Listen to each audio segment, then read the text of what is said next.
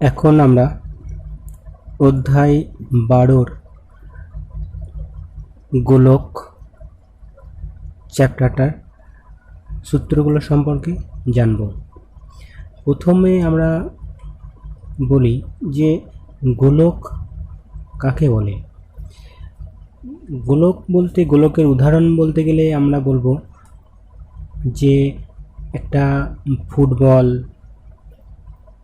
একটা মার্বেল হচ্ছে নিরেট গোলক, তারপর হবে ক্রিকেট বল, এইগুলো হচ্ছে গোলকের উদাহরণ। এবার গোলক কাকে বলে? গোলক হচ্ছে একটা অর্ধবৃত্তাকার চাকতি। ধরো আমরা যে ব্যবহার করি চাঁদা, সেটা অর্ধবৃত্ত। সেরকম একটা চাকতির ব্যাসকে অক্ষ করে যদি তাকে একবার ঘোরাই, তাহলে যে ঘনবস্তুটা উৎপন্ন হবে তাকে আমরা বলবো গোলক। তাহলে আমরা এটা চাঁদা দিয়ে একবার বুঝে নিই। ধরো এটা একটা অর্ধগোলাকার চাকতি, এটা একটা অর্ধগোল। এটা এই চাকতির এটা হচ্ছে ব্যাস, এইটাকে অক্ষ করব। আমরা শঙ্কুতে কি করেছিলাম? যে কোনো একটা বাহুকে অক্ষ করে ঘোরাচ্ছিলাম। এখানে কি বলেছে? এই অর্ধবৃত্তাকার চাকতির ব্যাসটাকে অক্ষ করব। তাহলে ব্যাসটাকে অক্ষ করলাম, অক্ষ করে এটাকে একবার ঘোরাতে হবে। একবার ঘোরালাম, এইখান পর্যন্ত ঘোরালাম। এই যে এখানে আরম্ভ হলো, এখানে ধরো ঘুরতে আরম্ভ হলো। এবার এই এক পাক ঘুরছে, এটা ঘুরলো, আবার এখানে এলো। এই যে একবার ঘোরার ফলে যে ঘনবস্তুটা উৎপন্ন হলো সেটাকে বলবো আমরা গোলক। ধরো এরকম ছবিটা এরকম উৎপন্ন হলো। এটা হচ্ছে অর্ধবৃত্ত, এই যে চাঁদার এই দিকটা, এটাকে অক্ষ ধরেছি, এটা ব্যাস দিয়ে একবার ঘুরিয়েছি। একবার ঘোরানোর ফলে যে ঘনবস্তু উৎপন্ন হলো সেটা হলো গোলক। এবার এই গোলকে কটা তল হবে? গোলকের একটাই তল। কি তল? বক্রতল। গোলকের একটাই তল হচ্ছে বক্রতল।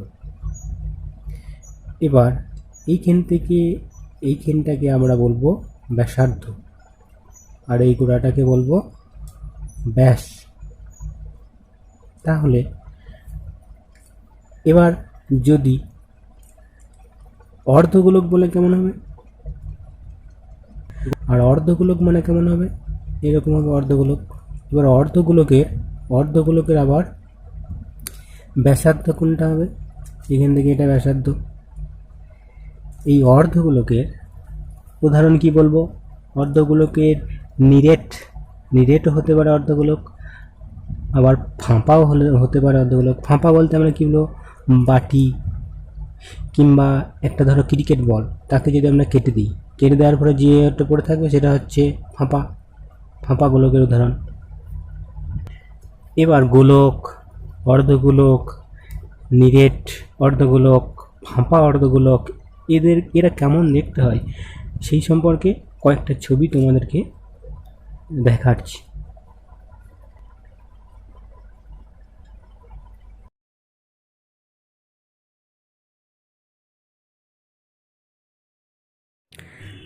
তাহলে গোলকের সমগ্র তলের ক্ষেত্রফল কি হবে?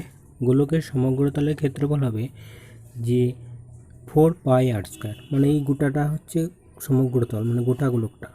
তারপরে এটা হচ্ছে ব্যাসার্ধ। তাহলে গোলকের সমগ্র তলের ক্ষেত্রফল সূত্র আমরা লিখতে পারি 4π। এখন একটা নিরেট অর্ধ গোলাকার ঘনবস্তুর সমতলের ক্ষেত্রফল সমান কি? πr² বর্গ একক। আর বক্রতলের ক্ষেত্রফল 2πr² বর্গ একক। তাহলে সমতল বলতে আমরা কোন অংশটা বুঝি? সমতল বলতে এই অংশটাকে বুঝি। আর এই অংশটা কি?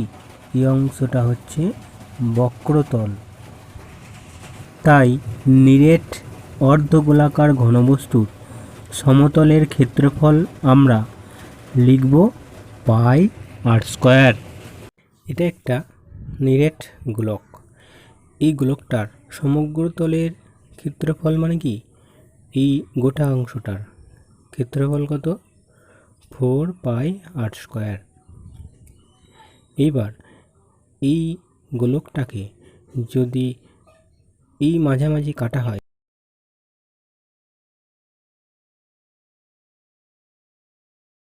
কাটলে কেমন হবে, এরকম একটা হবে আর এই রকম একটা হবে।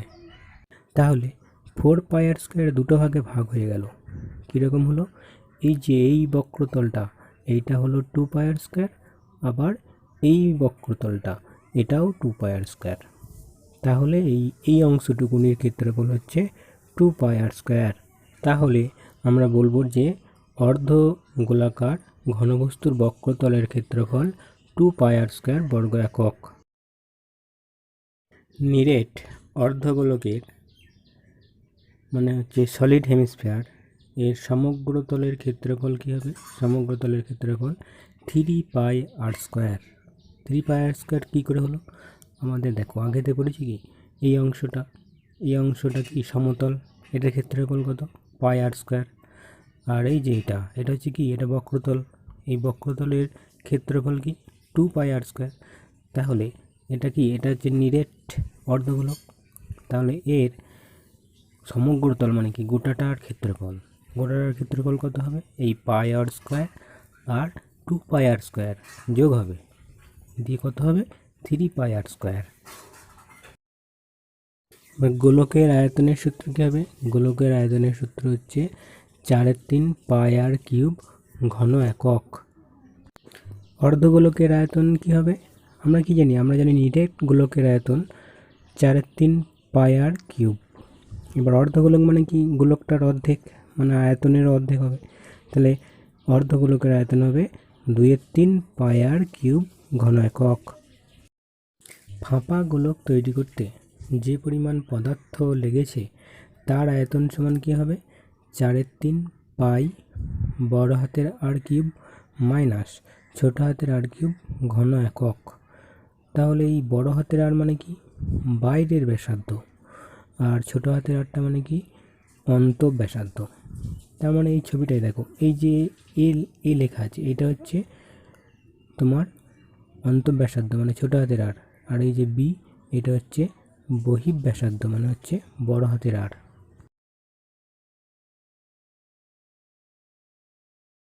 আমরা প্রয়োগ 2 অঙ্কটা করব। দেখো প্রয়োগ 2 অঙ্কতে কি বলেছে, যে একটা লোহার পাতের তৈরি একটা গোলকের ব্যাস 14 সেমি।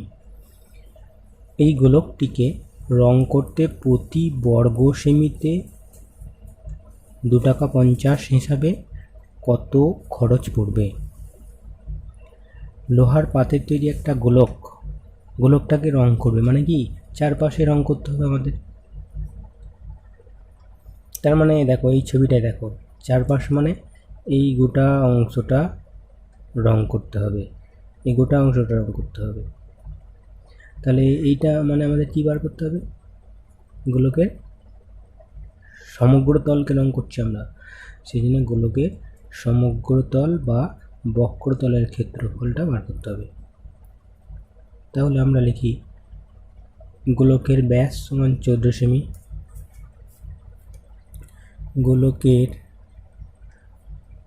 গোলকের ব্যাস সমান হচ্ছে 14 সেমি। ব্যাসার্ধ বার করে নেব, তাহলে ব্যাসার্ধ কত হবে, ব্যাসার্ধ সমান 14/2। তাহলে ব্যাস থেকে ব্যাসার্ধ বার করতে গেলে আমাদের কী করতে হয়, 2 দিয়ে ভাগ করতে হয়, 14/2 সেমি। তাহলে 2 দিয়ে ভাগ করলে কত হবে, 7 সেমি। তাহলে সমগ্র তলের ক্ষেত্রফলের সূত্র কি, 4πr² বর্গ একক। তাহলে এই অতএব সমগ্র তলের ক্ষেত্রফল সমান, অতএব গোলকের সমগ্র তলের ক্ষেত্রফল সমান, সমগ্র তলের ক্ষেত্রফল সমান 4πr² বর্গ একক সমান 4 ইন্টু 22 7 ইন্টু আর এর মান কত 7, 7 স্কোয়ার কি লিখব বর্গ সেমি, তাহলে সমান 4 গুণিত 22 7 গুণিত 7 গুণিত 7 এত বর্গ সেমি, তাহলে সমান 7 7 কেটে দাও। তাহলে এবার 22 4 88, 88কে 7 দিয়ে গুণ করতে হবে। 7 56 6 হাতে থাকলো 5, 7 8 56 আর 5 61, 616 বর্গ সেমি। এটা আমাদের কি বেরোলো গোলকের সমগ্র তলের ক্ষেত্রফল। এবার এই সমগ্র তল গোলকটাকে রং করতে কত খরচ পড়বে, তাহলে প্রতি বর্গ সেমিতে 2.5 টাকা হিসেবে কত খরচ পড়বে বলেছে। প্রতি বর্গ সেমি মানে কি 1 বর্গ সেমিতে, তাহলে এখানে করব 1 বর্গ সেমি রং করতে খরচ হয় কত 2.5 টাকা। তাহলে আমরা এইটা এত বর্গ সেমি রং করব, তাহলে 616 বর্গ সেমি রং করতে খরচ হবে কত, গুণ করব 1 বর্গ সেমিতে যদি 2.5 টাকা হয় তাহলে 1-এর থেকে এটা বেশি, তাহলে গুণ করতে হবে এখানে 2.5 টাকা গুণিত 616 এত টাকা। এবার গুণটা করব 2.50 সঙ্গে 616 গুণটা করে নিই,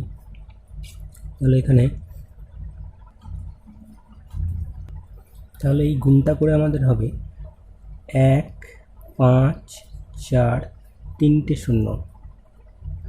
এবার এর কটার আগে দশমিক আছে, দুটোর আগে, তাহলে এটারও দুটোর আগে দশমিক বসিয়ে দিই, এখানে দশমিকটা হবে এত টাকা।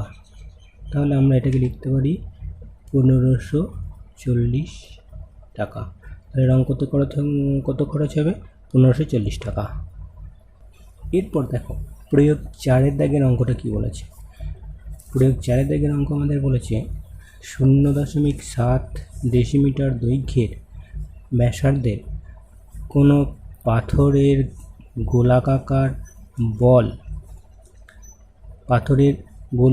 বল চৌবাচ্চার জলে ডোবালে কতটা পরিমাণ জল অপসারিত হবে। তাহলে পাথরটা কি, পাথরটা হচ্ছে আমাদের নিরেট। এইখানে এই ছবিটা দেখো, এই যে এটা একটা হচ্ছে নিরেট গোলক পাথরের, এটাই যদি পাথরের হয় তাহলে এটা নিরেট পাথরের গোলক। তাহলে নিরেট গোলককে জলে ডোবালে কতটা পরিমাণ জল অপসারিত করবে, মানে গোলকের যতটা আয়তন সেই আয়তনই জল অপসারিত করবে। তাহলে আমাদেরকে এখানে কি করতে হবে, আয়তন বার করতে হবে। কী করে বুঝলাম, আমরা তো আর্কিমিডিসের নীতিটা পড়েছি তো, যে কোনো বস্তুকে আংশিক বা সম্পূর্ণভাবে যদি কোনোটা জলে ডোবানো হয় তাহলে বস্তুটি তার আয়তনের সমপরিমাণ জল অপসারিত করবে। তাহলে এই যে জলটা অপসারিত করবে সেটা হচ্ছে কি আমার ওই পাথরের গোলকটার আয়তন বার করলেই হবে। তাহলে লিখি যে পাথরের গোলকের ব্যাসার্ধ সমান 0.7 ডেসিমিটার। পাথরের গোলকের ব্যাসার্ধ সমান 0.7 ডেসিমি। এবার এই ডেসিমিটারকে আমরা সেন্টিমিটার করে নিই, তাহলে সমান ডেসিমিটারকে সেন্টিমিটার করতে গেলে আমাদের কি করতে হবে 10 দিয়ে গুণ করতে হবে। দেখো এখানে কিলো, হেক্টর, ডেকা, মিটার, ডেসিমিটার, সেন্টিমিটার। তাহলে ডেসিমিটারকে সেন্টিমিটার মানে কি 1 ঘর যাচ্ছে, তাহলে দশমিকটা 1 ঘর সরিয়ে দিলেই হতো, কিংবা 10 দিয়ে গুণ করতে হবে। তাহলে কত হবে 7 সেমি। সেমিটা কি জন্য করলাম, দশমিকটা আছে সেই জন্য সেমি করলাম, ডেসিমিটার দিয়েও তোমরা করতে পারো। তাহলে এবার আয়তন করব কি, তাহলে আয়তন সমান, আয়তনের সূত্র কি আমাদের 4/3 পাই আর কিউব ঘন একক। তাহলে সমান 4/3 পায়ের মান হচ্ছে 22/7 ইন্টু আরের মান কত 7, 7 কিউব ঘন ঘন সেমি। তাহলে সমান 4/3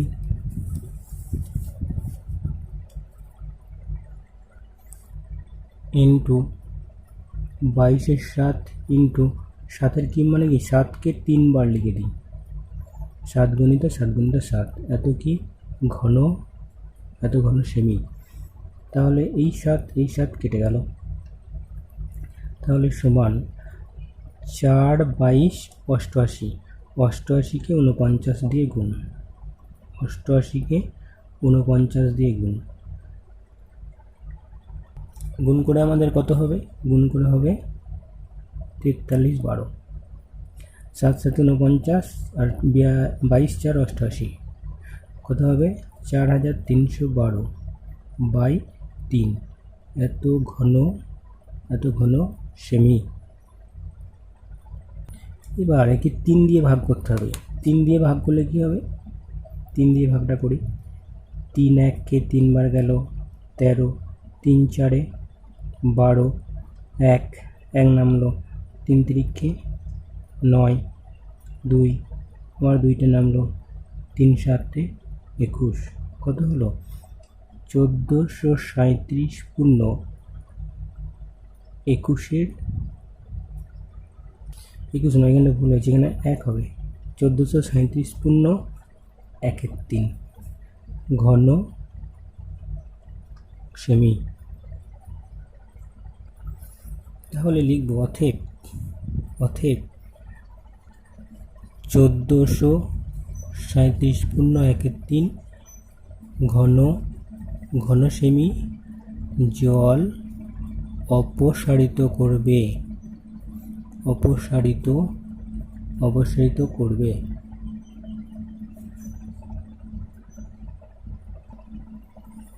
এরপর দেখো প্রয়োগ 7 অঙ্ক আমাদের কি বলেছে, যে অর্ধ গোলাকাকৃতি একটা বাটি তৈরি করতে যদি 173.25 বর্গ সেমি পাত লাগে, তবে ওই বাটিটির মুখের ব্যাসের দৈর্ঘ্য হিসাব করে লিখি। তাহলে দেখো ছবিতে এখানে একটা বাটি, এই বাটিটার কি করতে হবে আমাদেরকে, বাটিটার মুখের ব্যাস। তাহলে তো এটা নিরেট নয়, এটা তো হচ্ছে আমাদের কি নিরেট নয়, সেই জন্য আমাদের এই যে এই বক্রতল এই ক্ষেত্রফলটাই আমাদেরকে বার করতে হবে। এইটা যা হবে ততটুকুনি আমাদের কি লাগবে, পাদ লাগবে। যদি এটা নিরেট হতো তাহলে আমরা নিরেট অর্ধগোলকের ক্ষেত্রফল বার করতাম, কিন্তু যেহেতু এটা ফাঁপা, বাটিটার ভেতরটা দেখো, বাটিটার ভেতরটা কি ফাঁপা, সেই জন্য এটা হবে শুধু আমাদের বক্রতলের ক্ষেত্রফলটাই বার করতে পারবো। তাহলে 2πr² করতে হবে আমাদেরকে। তাহলে লেখো মনে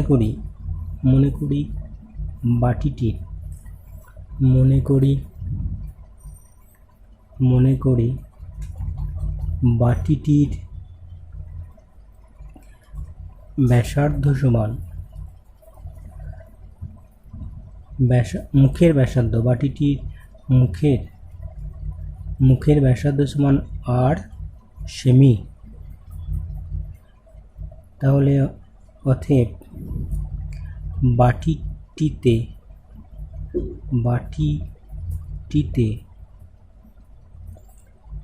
পাত লাগবে সমান কি 2πr² বর্গ সেমি। তাহলে সমান 2 গুণিত 22/7 গণিত r² বর্গ সেমি। তাহলে এতটা পাদ লেগেছে। আমাকে বইতে কত বলে দিয়েছে পাদ লেগেছে, বইতে বলে দিয়েছে আমাদের 173.25। তাহলে লিখব এটা 2 গুণিত 22/7 গণিত r² সমান 173.25। এবার r² সমান কি হবে 173.25। এটা দশমিকটা তুলে দিলাম, দুটোর আগে দশমিক আছে, একের বিটে দুটো শূন্য করে দিলাম। 22-7 এদিকে আসবে, উল্টে যাবে, 2 এদিকে আসবে, এও উল্টে যাবে। এবার কাটাকাটি করব, এটাকে 11 দিয়ে কাটি। 11 2 গুণে 22, 11 দিয়ে কাটলে হবে 11 × 11, 11 × 11 63, 11 × 5 55, 11 × 7 77, 11 × 5 55। এবার উপরে আর কাটছে না, তাহলে r² সমান আমাদের কি হলো, উপরে কত আছে 1575 গুণিত 7, নিচে কত হলো 100 গুণিত 2 গুণিত 2, এটা আমাদের আছে। এখানে যাচ্ছে 25 দিয়ে যাবে, এখানে 25 6 150, 25 3 75, এখানে হচ্ছে 25 4 100, এটা আর যাচ্ছে না। তাহলে r² সমান আমরা লিখি 63কে ভেঙে লিখি 7 গুণিত 3 গুণিত 3, এখানে একটা 7 আছে, নিচেতে এই 4টাকে ভেঙে লিখি 2 গুণিত 2, গণিত এই দুটো 2 আছে, লিখব 2 গুণিত 2। এবার এদিকটাকে বর্গমূল করে দিই, এদিকটারও আমার বর্গমূল করতে হবে। তাহলে সমান r সমান একটা 7 আছে, একটা 7 আছে, তাহলে একটা 7 বেরোলো, দুটো 3 আছে, একটা 3 বেরোবে, দুটো 2 আছে, একটা 2 বেরোবে, দুটো 2 আছে, একটা 2 বেরোবে। তাহলে r সমান কি হলো 3 7 21/4। তাহলে আমরা কি পেলাম, ব্যাসার্ধ। তাহলে লিখি অতএব ব্যাসার্ধ সমান কত 21/4 সেমি। আমাদেরকে কী বার করতে বলেছে, ব্যাস। তাহলে ব্যাস সমান কত হবে, ব্যাস থেকে আমাদের ব্যাসার্ধ বার করতে গেলে কি করছি, 2 দিয়ে ভাগ করছি। এবার ব্যাসার্ধ থেকে যখনই ব্যাস বার করব তখন 2 দিয়ে গুণ করব, এত সেমি। তাহলে 2 2 4 সমান কত হলো 21/2 সেমি। এটাকে দশমিক করে দিই, 10.5 এত সেমি। তাহলে বাটিটার ব্যাস হবে 10.5 সেমি। এরপর প্রয়োগ 10 আমাদের কি বলেছে, যদি দুটো গোলকের ব্যাসার্ধের দৈর্ঘ্যের অনুপাত 1:2 হয় তবে তাদের সমগ্র তলের ক্ষেত্রফলের অনুপাত কত হবে। তাহলে লিখি প্রয়োগ 10, তাহলে লিখি প্রথম গোলকের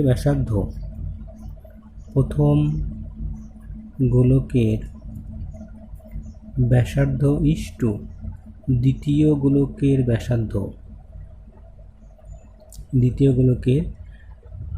ব্যাসার্ধ সমান কত বলেছে 1:2। এবার সাধারণ অনুপাত আমরা r দিয়ে গুণ করে দিই, লিখি সাধারণ অনুপাত r দিয়ে গুণ করে পাই। এখানে r এর জায়গায় তোমরা যা খুশি গুণ করতে পারো, m x যা খুশি। তাহলে প্রথম গোলকের ব্যাসার্ধ কত হবে, তাহলে অতএব প্রথম গোলকের ব্যাসার্ধ, একের সঙ্গে আর গুণ করলাম কত হবে 1 r, এত একক, একের সঙ্গে আর গুণ কর আর একক। আর দ্বিতীয় গোলকের ব্যাসার্ধ সমান কত হবে 2r একক। তাহলে আমাদের কি বলেছে, সমগ্র তল মানে কি, সমগ্র তল মানে আমাদের গোটা গোলকটার ক্ষেত্রফল, মানে হচ্ছে 4πr²। তাহলে অতএব প্রথম গোলকের সমগ্র তলের ক্ষেত্রফল সমান, প্রথম গোলকের ব্যাসার্ধ কত এটা, তাহলে লিখব 4πr² বর্গ একক। দ্বিতীয় গোলকের সমগ্র তলের ক্ষেত্রফল কত হবে? দ্বিতীয় গোলকের সমগ্র তলের ক্ষেত্রফল সমান 4 এখানে ব্যাসার্ধ কত? 2r, সেই জন্যে 2r এর স্কোয়ার বর্গ একক সমান এখানে কি জন্য 2r লিখলাম? আমরা কি জানি সূত্র? 4πr স্কোয়ার, আর মানে হচ্ছে ব্যাসার্ধ, এখানে ব্যাসার্ধটা বলে দিয়েছে কত? 2r, সেই জন্য তাহলে 4 ইন্টু পাই ইন্টু 2r এর স্কোয়ার মানে কত হবে? 2 দুগুণে 4r স্কোয়ার বর্গ একক। তাহলে 4 কত লিখবো? 16πr স্কোয়ার বর্গ একক। আমাদের কি বলেছে? সমগ্র তলের ক্ষেত্রফলের অনুপাত। তাহলে লিখব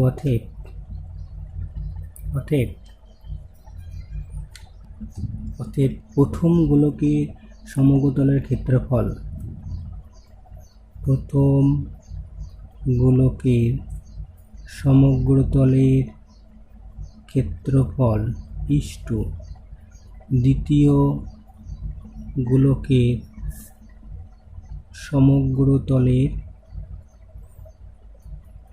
ক্ষেত্রফল সমান প্রথম গোলকের কত? 4πr স্কোয়ার ইস্টু দ্বিতীয় গোলকের কত? 16πr square. তাহলে সমান দেখো πr স্কোয়ার এই দুটো কেটে যায়, তাহলে আমাদের এখানে কত হবে? 4:16। তাহলে 4 1 কে 4, 4 4 16, কত হবে? 1:4।